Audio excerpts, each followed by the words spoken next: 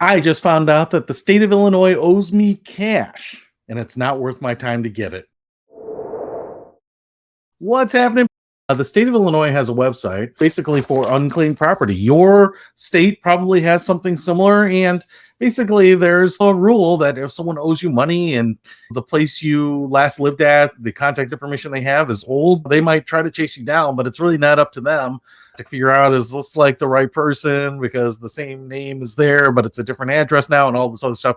So, what ends up happening is that in most cases, that owed money doesn't just stay with the person that owes it, it gets paid out to the state of Illinois as unclaimed property. Even things like refunds on a purchase or a check, security deposit, I've heard is common when someone moves out of an apartment and you don't leave a forwarding address and they owe you a security deposit. I actually don't know how that totally works. That wasn't a situation in my case. But what I found out is that my friend said, hey, I think you're on this Illinois Treasurer unclaimed money list. So I typed my information in in fact, I have 2 unclaimed money items here.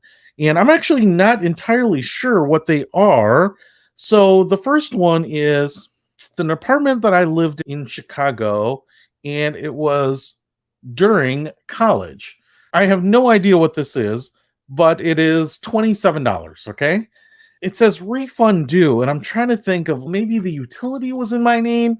The company name here doesn't mean anything to me. It's just like acronyms. So I'm not sure what that is. And it's totally possible that they switched over the utilities to the next tenant or something like that. And I was due a refund or something. I don't think it was the security deposit from the apartment because I think we got that or minus the repairs that needed to be done on the place. It's $27 there. Then the next thing that I see here is that when I was living in a condo in the city too, there looks like there was a check that was a check, assuming that was sent to me. It was a credit balance, and that is $10 even. So that seems to me like there was a fee or a settlement or something like that. It's very rare that it's an even dollar amount like that. So I have 2, totaling $37.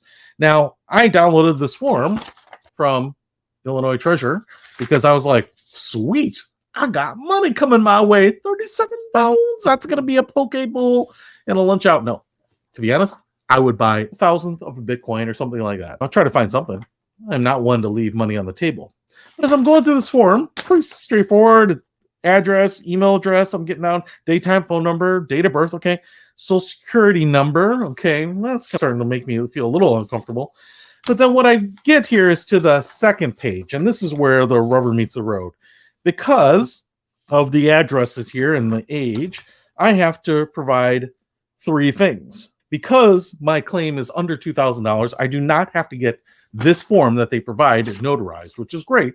It would only cost me $4 to do that, but it's the time to go and get that. So I don't have to do that. Property of $2,000 or less does not need the notary. But what I do need to provide is documentation of my social security number, which can be a copy of my social security card. My previous tax return must have been prepared by a tax preparer showing the claimant's name, social security number, or IRS label affixed. A copy of my bank statement showing my claimant's name and or social security number.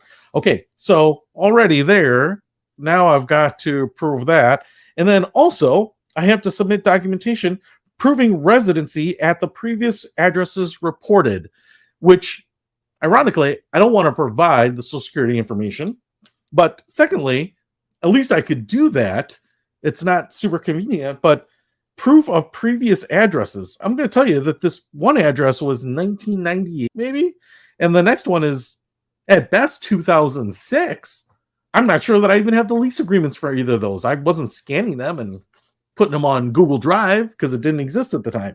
Thank you for not requiring the notary.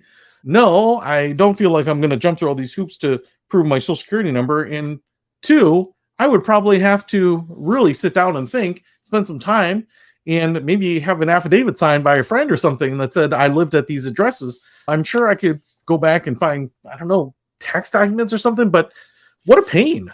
What a pain. And I get now other people might have more money. If this were in the thousands of dollars, yeah, for sure. I'd probably jump through these hoops. But to me, and then to have this, and then you got to send it to this address, and it should be registered, unclaimed property, blah, blah, blah. And I might get a 1099 for this money. They're just indemnifying themselves by saying all this stuff. The reality is you might find some unclaimed property of your own here. And just in my case, for the $37, which looks like it's split between two different pairs, which I don't know if you even get it at the same time. If you can provide satisfactory evidence of one address but not the other, do they just send you one check and not the other? So anyway, Illinois, I wish you made it a little easier. If you do this online, I thought, okay, maybe there's an online thing and I can just answer some security questions. It's tied to the credit bureaus or something. You can do that, but then it provides you a form where you still have to print out the requisite documentation, legal documentation, and mail that separately anyway. So you're better off just doing the paper. But as of right now, it doesn't make any sense to go after this. It's just not worth it. And to be really honest, I could probably spend a whole afternoon on this and not find the address proof. I'm not sure how I would even start on that. So anyway, I thought that was interesting. Found some lost money, but can't even get it. Right now, worth it. Curious. Have you found unclaimed property in your name? Did you go after it? Was it worth it? Was your state maybe as difficult? Or is this actually the easy version? I'm curious to see what you think. Anyway, that's it for me now.